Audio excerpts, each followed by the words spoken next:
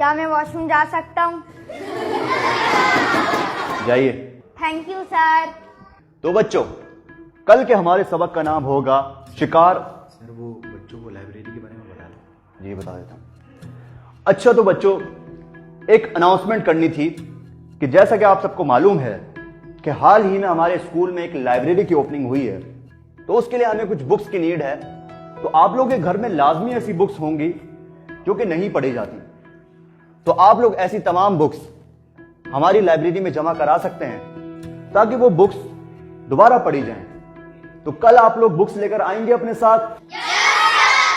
Class का and करते हैं।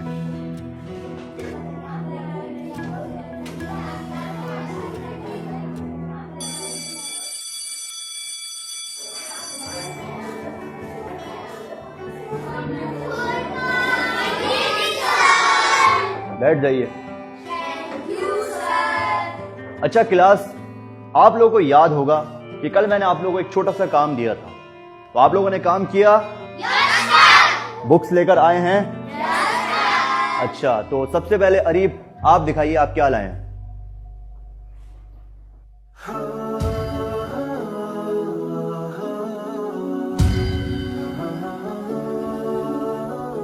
फाहद आप क्या लाए हैं?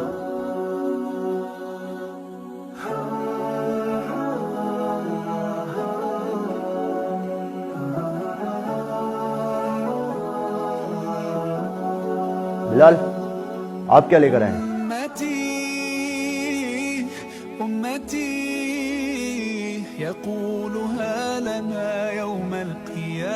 बेटा आप सब क्या कुरान मजीद लाए हैं?